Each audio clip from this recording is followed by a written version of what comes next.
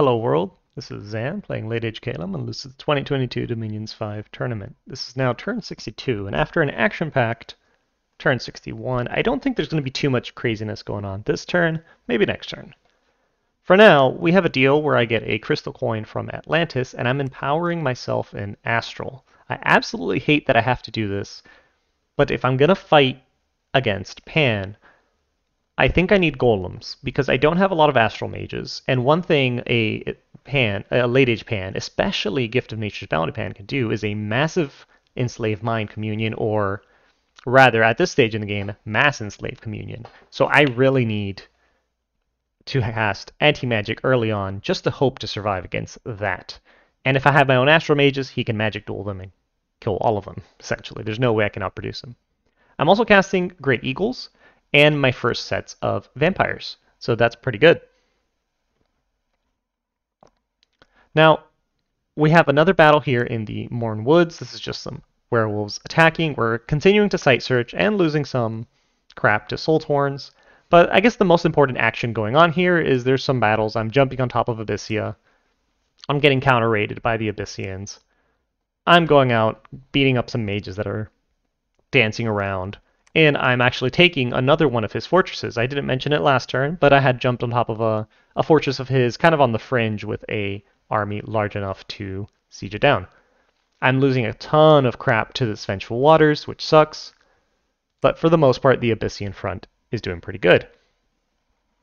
Now, one thing that I think I did this turn is I cast Akashic Record on Pangea. And this is just because I want these graphs out because Midgard and Atlantis continue to tell me, deal with it, figure it out, you'll be fine. And I don't think they understand what Gift of Nature's Bounty means. And so this is the income graph. So I'm pretty sure I had the top income before, which surprisingly was very similar to Pan's income, which is crazy to me. I'm at 7,500, and before he cast that Gift of Nature's Bounty, he was just under me. But now, so I don't know. I'm not good with like pixel shenanigans. This is about 2.5 to 3 times the gold that I'm doing, but he has the means of production by having forts everywhere. So this is bad. It's not just that he has 2.5 times my gold. It's that he has the production centers to leverage all of that into a win. I have some other of his graphs, which, gems I'm still managing to keep up despite his other globals. But then there's research. And then there's forts.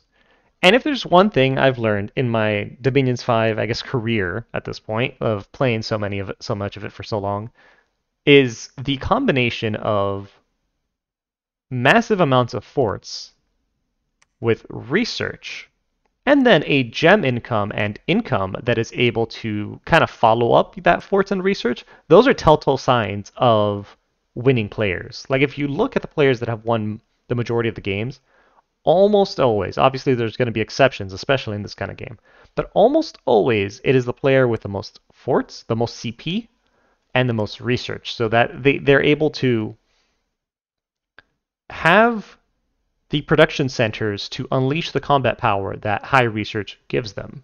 And a gem income, like a really high gem income, can help, but as long as they're keeping pace, that's fine. That's enough gem income.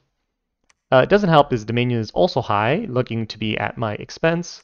And although my army size is higher and I continue to just shoot out units, his units are of a much higher quality than mine. And as you see, he is taking full advantage of Gift of Nature's Bounty. And maybe in 2 to 3 turns, he'll definitely have outpaced me. Province-wise, he hasn't done shit for a long time. Whereas I've been fighting, but it doesn't mean anything because he has Gift of Nature's Bounty. Very exciting. Very exciting. Anyways, let's go on to turn 62, or 63, sorry. So turn 63 has a little bit more shenanigans going on. Importantly, I continue to make vampires, and I'm pretty sure I make my first golem, which is good. But we get a ton of horror attacks hitting me now. It's probably from Abyssian. I'm surprised he's waited until now to do it. I don't think any of them are anything fancy. It's just beating up my PD and then walking in. This Midgard Atlantis battle they keep wanting to fight. This is actually interesting though because this golem is an annoying asshole, and so he's jumping on Kni's plane with really basic kit, but I wasn't expecting it, so I really didn't have much here to stop him, and that's really not good because I was fortifying the Kni's plane for future combats. So what's going to end up happening is now all the units that I had moving here are going to get intercepted by this golem and whatever Pangea is going to have. And this turns out to be a disaster. I bring in a sizable force, one of my Yadas, a Harab Elder with decent paths, especially that Earth path, and a fully geared Ivy King. This guy, obviously he's there to cast the big gem spells, but he's also there to kill a bunch of Dryads. Because he's going to be immune to poison, and he's going to have pretty decent protection. He's going to summon his own pair of bugs with this cornucopia and this bottle of living water. And if this was just going to fight that golem, it would be fine, but he did bring in a horde of units. These Grove Guard are no slouches. They're very, very good units. So he's casting everything he needs. And this is disgusting. 34 armor piercing, slashing damage at 14 attack, berserking units, 30 protection, 42 health, regeneration, resist everything. Shit. Shit. That's all I can say about that, really. So that's a huge disaster. The only things that are good news this turn, really, is if I go over here, I've won a battle outside of Belagor, and Belagor has the steel ovens. That would have been useful in my cap circle. Let's start with that. That would have been great to have somewhere here in my cap circle. But, so this guy's got steel ovens, but at the stage of the game, it is turn 63, which normally gives me a lot of time to use it. But at the stage of the game where people are alternating throne rushes, and I'm going to have to 1v1 a fully prepared Gift of Nature's Vanny Pangea, I don't know what honestly I'm going to be able to leverage off of this construction bonus. Especially it's all the way over here on my border with Midgard. So it's great to find this, just like it's great to find these indie mages, but I think it just keeps coming too late. I get attacked by some indies, who cares? And then I win a fight over Abyssian. He kind of sallies out and brings whatever he's got, a bunch of mages. But he has them all to retreat. But it doesn't work because I'm attacking him turn 1. I learned my lesson. No more gem baits. Get that shit out of here. And I managed to wipe all this stuff out. He gets some of it, manages to retreat to Trobin, and then he gets some units here on the God's Tomb Mountains. But for the most part, yeah, he's done for. So that's like the piece of good news is I'm going to be taking his capital soon. Belagor and the Steel Ovens is going to be mine now this turn as well. I'm just going to need to break the walls of Satis and go in there. I think I spoke to Atlantis and I said I'm fine if he grabs some of these provinces. Go for it. Just keep friendly terms and hopefully convince him that, like, hey, dude, shit's not going to go well very soon. I'm going to do my best to hold off Pangea, who is rapidly militarizing. But they need to understand that for every province, like this province here is 10,000 population. If he takes this, this is the equivalent income in gold as if Pangea just took somebody's capital. So when Pangea does shit like this, that he just kind of raids my stuff, he's essentially taking an entire capital's worth of income per province. And I'm going to do my best to, I've got my mages out. I'm patrolling everywhere I can. I'm going to summon air elementals, fire elementals, whatever I can. I'm going to try to defend my temples.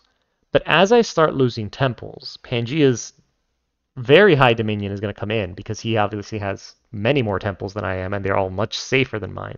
But as I start losing temples, I'm going to start losing dominion again, mostly to Pangea, who's then going to profit so much off of my lands, because once more, he's got all of these globals up.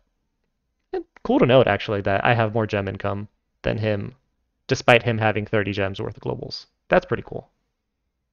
Look at this astral income I haven't been able to use till now. That's how do I see it all again? Yeah. It's not a bad gem income. It's just it's not going to do jack when my units aren't going to do good. And by the way, I'm recruiting the Spirehorn because in the face of what was it, 34 armor piercing slashing, I don't know how much longer these guys are going to survive versus these guys. Since they're all size 3, they're not going to get trampled. So the Minotaurs are actually going to use their melee attacks on them. So I don't know how much longer these guys are going to last. Or these Iceclad or Stormguard are going to last compared to just a Spirehorn Warrior with Army of Gold.